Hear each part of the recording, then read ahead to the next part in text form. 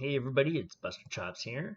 I'm just doing a quick little video here on this video from Rebel Media, and I'll just start off by playing a little bit of what David Menzies here says, and then I will stop it and make a couple comments. So here we go. Last week reported that there are mosques in the Greater Toronto Area that are not adhering to coronavirus precautions. In other words, they're opening their mosques, they're having their congregation come in, they're not keeping a social distance, and the whistleblower for this, believe it or not, was an imam who was fed up with seeing this safety protocol being violated. Okay, so we'll come back here to what it says, and this looks like it is from CBC. So an imam at Maki Masjid, too fearful to be named, refused to support management's decision. CBC News is not identifying him because he feared reprisals for speaking out. So I have to say, when I hear stuff like this, CBC News is not identifying him because he fears reprisals. It makes me ask, right, is this not the religion of peace? Because it seems to me that a religion that is based upon peace and understanding and compassion and tolerance would, number one, they would follow the rules. They wouldn't continue holding these sermons, ceremonies, gatherings, whatever you want to call them, during a time that it has been banned. They would follow the laws of the land. But secondly, if somebody comes out and says, look, I disagree with the decision to do this, and since it is mandated that we shut these down, I have to mention it to the local authorities, that the people in charge of those would be compassionate and understanding and say, okay, we understand that you're probably not the only one. There's probably also many people in the congregation that feel the same, but they feel compelled to show up because the religious leaders are kind of mandating it. They're continuing to go and they're continuing to say, no, we must gather as a congregation. And then they feel pressured to show up despite not wanting to.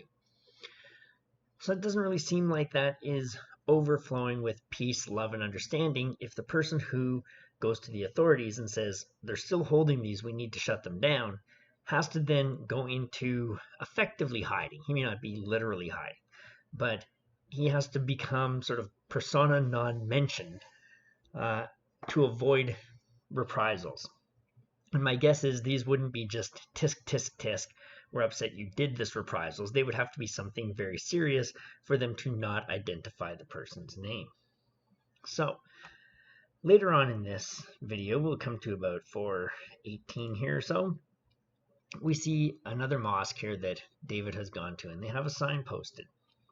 And this sign says, since the city of Toronto has declared a state of emergency, we are suspending all kinds of activities for the time being at Masjid-ur-Rahmah. My pronunciation probably sucks, but so it goes. Until further notice. May Allah protect all of us from his wrath.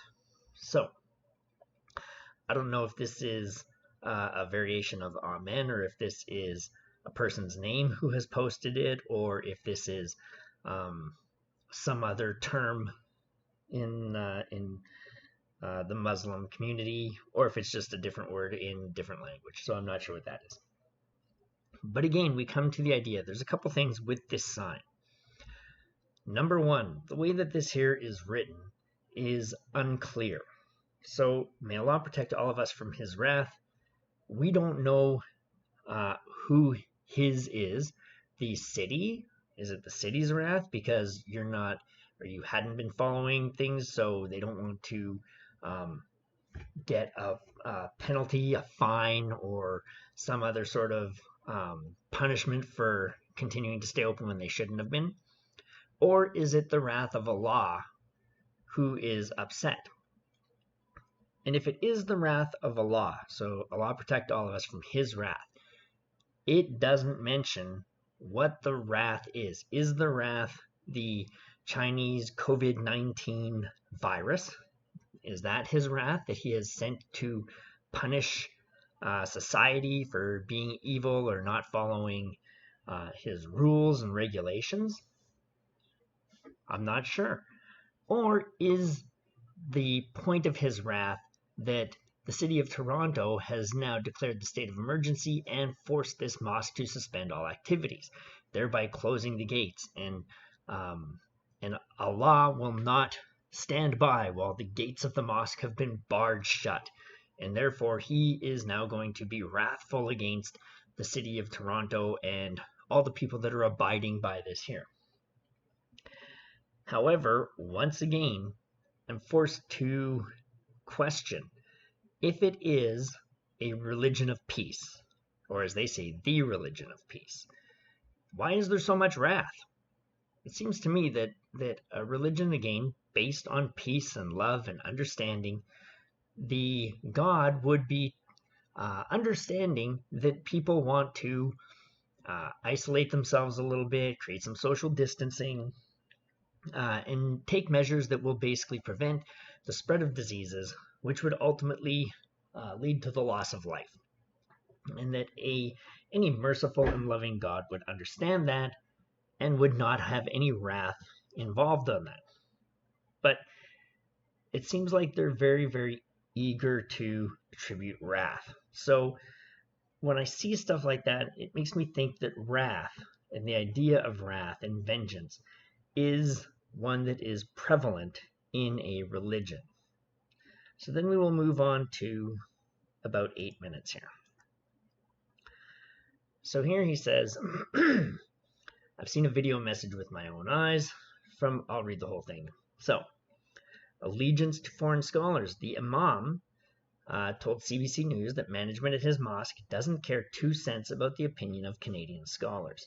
They're taking their religious orders from scholars residing in New Delhi, India, not from reputable Canadian imams. The scholars in India have instructed them not to close down their mosques until there is an order to do so. And then he goes on to say that he has seen a video message with his own eyes from a cleric in New Delhi who said that a Muslim is never impure, and therefore it is impossible for a Muslim to impart an impurity to another Muslim. Which makes me wonder if that means that people who are Muslims believe you can't catch a cold from somebody else, or you can't catch any disease from somebody else. But there was a video that was done, I can't remember the name of the guy right off the top of my head. I think it's like Act 17 Apologetics or something like that. I'll link it in the description below, along with this video as well, in case anybody wants to watch the whole video.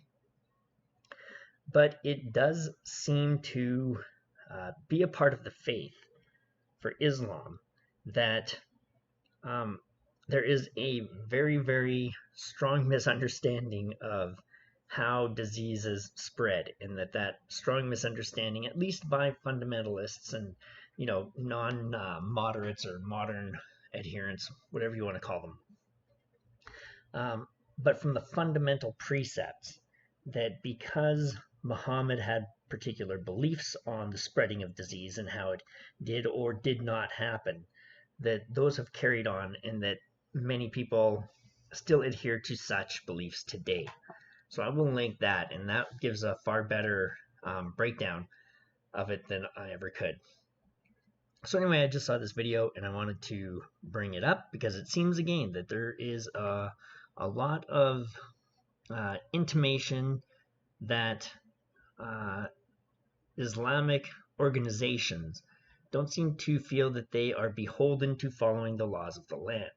And I say this as somebody who does not think that we should actually be shutting down things nearly as much as we should, especially when the majority of people who get seriously ill from and die from the disease are much, much older. I think it would actually be better to probably focus on getting herd immunity and getting the younger, stronger people out and about, not with the express goal of spreading it, but with the general idea that it will spread throughout. People will get sick, but they will probably fight it off and get better. In fact, in the vast majority of cases, they will be able to fight it off and get better and build up the immunity. So although I can actually understand to some extent their desire to continue going on business as usual, once the order comes down, that you should curtail these activities, then as organizations, you probably should curtail these activities. So there you go. So those are just my thoughts on this, and so it goes.